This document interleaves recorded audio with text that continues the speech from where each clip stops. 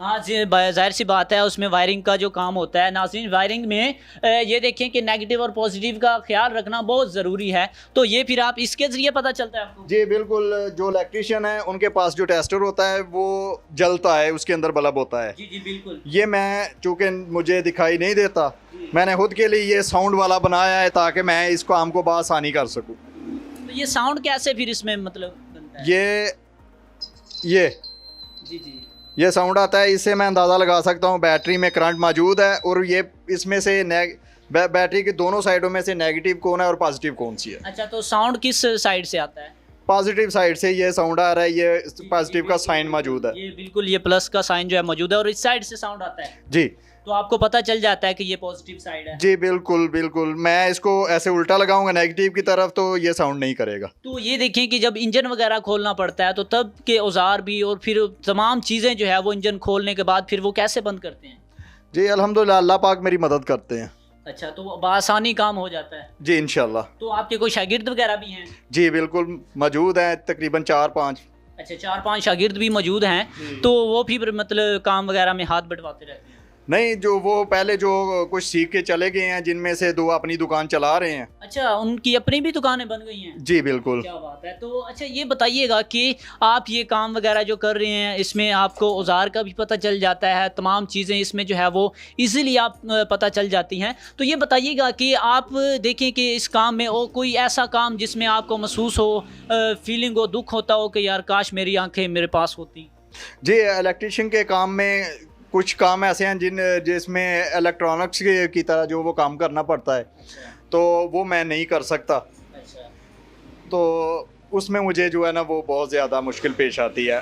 تو کیسی زندگی, پہلے والی زندگی دیکھیں کہ وہ پکچر آپ کی ہم نے دیکھی ہے کہ جس میں بہت ماشاءاللہ کافی خوبصورت آنکھیں ہیں, بہت ہینڈسم ہے. تو اب کی زندگی اور پہلے والی زندگی میں کیا فرق محسوس ہے؟ بہت زیادہ فرق ہے, جیسے دن اور رات میں. دن اور رات میں بالکل ہمیشہ کے لیے آپ کے جو ہے وہ رات ہی ہے. تو اس میں یہ دیکھیں کہ ناظرین کہ ہم اگر چل کر جاتے ہیں, آنکھیں بند کر ہم نہیں جا سکتے کہ ہمیں گر نہ جائیں یا کسی چیز میں نہ لگ جائیں, لیکن وہ دیکھ سکیں کہ کس طرح سے وہ اپنی زندگی گزار رہے ہیں اور بآسانی گزار رہے ہیں, کوئی مشکل نہیں محسوس کرتے. تو بتائیے گا کوئی ایسا لمحہ جس سے مطلب آپ کو فیل ہوتا ہو کہ کاش میری آنکھیں آ جائیں؟ جی جب کوئی باریکی والا, بہت زیادہ باریکی والا کام ہوتا ہے تو اس میں مجھے بہت زیادہ دماغ کا استعمال کرنا پڑتا ہے, مجھے اپنی بینائی محسوس ہوتی ہے. تو دوسرا, جب کچھ اللہ کے نیک بندے ایسے ہیں جب میرے پاس سے کوئی چیز اٹھا کے لے جاتے ہیں تب مجھے بہت دکھ ہوتا ہے. صحیح. تو بتائیے گا کہ کوئی کسٹمر وغیرہ جو کہ آپ سے کام کے سیٹسفائیڈ نہ ہوا ہو, تو آپ کے جو کسٹمر ہیں وہ بھی سیٹسفائیڈ ہے؟ جی اللہ کے حکم سے سب سیٹسفائیڈ ہیں. اچھا عرفان صاحب بتائیے گا کہ آپ کا یہ جو مطلب بلائنڈ کا جو ہے یہ ایشو, اور اس کے علاج کے حوالے سے بھی آپ نے کوشش کی, اس کا علاج ہو سکتا ہے؟ جی بالکل اویلیبل ہے میرا علاج, لیکن پاکستان میں نہیں ہے. اچھا, پاکستان میں نہیں ہے, دوسرے ممالک میں مطلب اویلیبل ہے یہ علاج؟ جی بالکل. تو پھر وہ کیوں نہیں کروا رہے ابھی تک, مطلب کروانا چاہ رہے ہیں؟ جی بالکل میں کروانا چاہ رہا ہوں, لیکن میرے پاس اتنے وسائل نہیں ہیں کہ میں اپنا علاج کروا سکوں, وہ بہت زیادہ مہنگا ہے. جی جی بالکل. تو کتنے اس کی مطلب اسٹیمیٹڈ ہے کوئی؟ وہ تقریباً 50 لاکھ کے قریب ہے. اچھا 50 لاکھ کے قریب.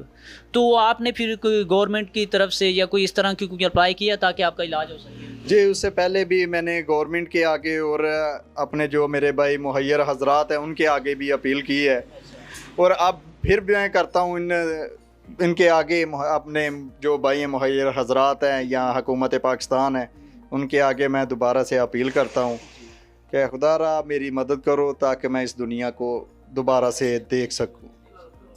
جی ناظرین, تو آپ نے گفتگو سنی عرفان صاحب کی, کس طرح سے وہ اپنی زندگی گزار رہے ہیں. پہلے کی زندگی ان کی کتنی اچھی تھی, اور اب کی زندگی بھی دیکھیں کہ وہ یہ نہیں کہہ رہے کہ میں زندگی میں مشکلات میں ہوں, لیکن وہ اب بھی خوش ہیں کہ میں اس حال میں بھی خوش ہوں.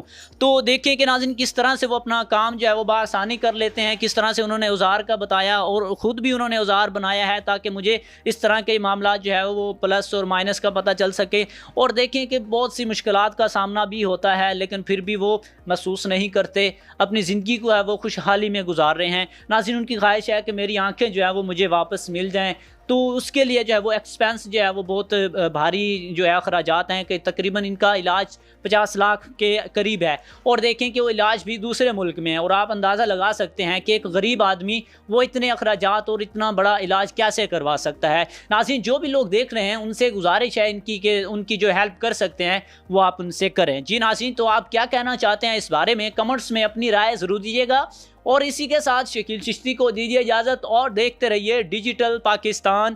اللہ نگہبان۔